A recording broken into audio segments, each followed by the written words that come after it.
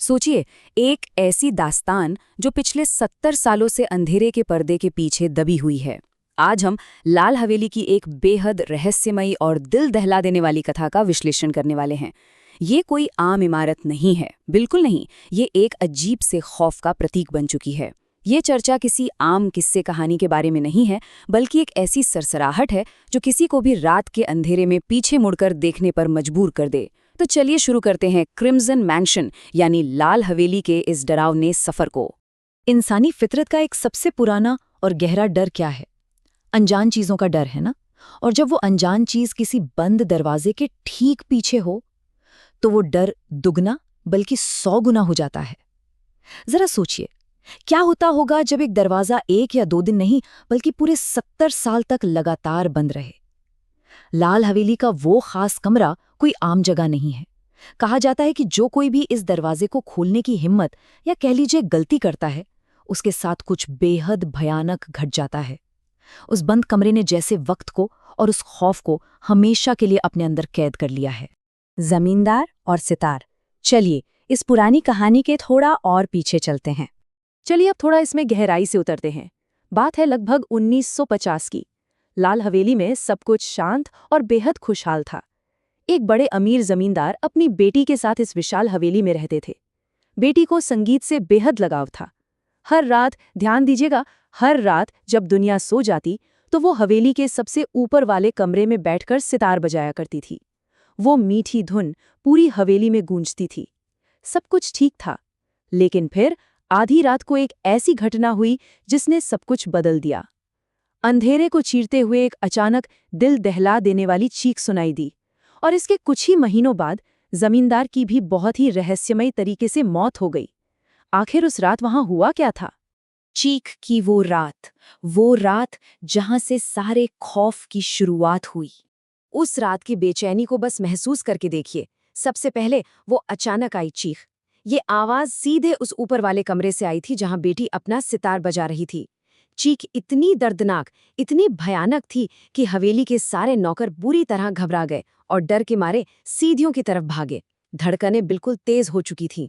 जब वो हाफते हुए ऊपर पहुंचे तो उन्होंने क्या देखा? उन्होंने देखा कि कमरे का भारी दरवाजा अंदर से पूरी तरह से बंद था। उन्होंने दरवाजे को जोर जोर से पीटना शुरू किया, चिल्लाए, आवाजें लगाईं, लेकिन अंदर से सिर्फ एक गहरा खौफनाक सन्नाटा था। आखिरकार कोई और रास्ता ना देखकर उन्हें पूरी ताकत लगाकर उस भारी दरवाजे को तोड़ना ही पड़ा। अब इस पूरी घटना में जो सबसे दिलचस्प और डरावनी बात निकल कर आती है वो ये है कि दरवाजा टूटने के बाद जो दृश्य सामने आया वो बिल्कुल असंभव था। किसी बुरे सपने जैसा। एक कमरा जो अंदर से लॉक था, जब लोग अंदर घुसे तो वो कमरा पूरी तरह से खाली था। जिस लड़की की चीख सुनकर सब वहां भागे थे, उसका वहां कोई निशान नहीं था। वो गायब हो चुकी थी। लेकिन रुकिए, कहानी का सबसे भयानक हिस्सा तो अभी बाकी है। सबसे डरावनी बात यह थी कि सितार अपने आप बज रहा था। वहां कोई नहीं था, पर बिना किसी के छुए उसके तार थिरक रहे थे। और ये बहुत शानदार तरीके से दर्शाता है कि किसी एक भयानक रात का असर कितना गहरा, कितना लंबा हो सकता है। बेटी का ऐसे अचानक गायब होना और उस खाली कमरे में बजते हुए सितार को देखना सच में किसी भी पिता के लिए ये बर्दाश्त से बाहर था। उस रात के बाद से जमींदार ने अपना मानसिक संतुलन ही खो दिया। इस डर और सदमे से बचने के लिए उसने एक आखिरी बड़ा फैसला किया। उसने उस ऊपर वाले कमरे को हमेशा के लिए पक्के तौर पर बंद करवा दिया। उस पर ऐसी मोहर लगा दी कि कोई उसे खोलने की हिम्मत ना कर सके। और बस कुछ ही महीनों बाद उस जमींदार की भी एक बेहद रहस्यमयी हालत में मौत हो गई। हवेली उसी एक रहस्य के हवाले हो गई जो पिछले 70 सालों से चला आ रहा है। अंधेरे में गूंज, क्योंकि ये खौफ कभी वहीं खत्म नहीं हुआ। आज ये हवेली भले ही बाहर से सदियों पुरानी और एकदम सुनसान दिखते हो, लेकिन अंदर से वो कभी भी पूरी तरह शांत नहीं होती। आज के वक्त में भी जब आधी रात का सन्नाटा छाता है तो उसी बंद कमरे से सितार बजने की वही आवाज फिर से सुनाई देती है।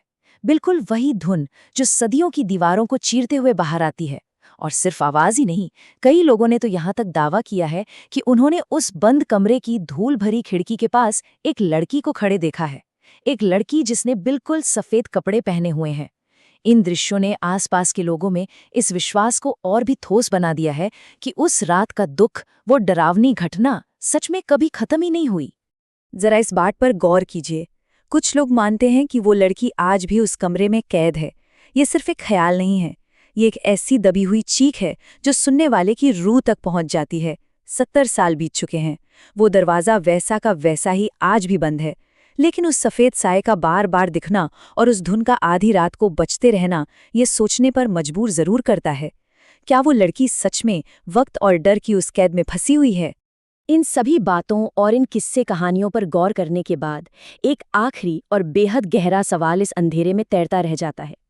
अगर संगीत सच में कभी रुका ही नहीं, अगर उस सितार के तार आज भी आधी रात को थिरकते हैं, तो उस गहरे अंधेरे में, उस बंद दरवाजे के उस पार आखिर कौन है जो अभी भी उस सितार को बजा रहा है?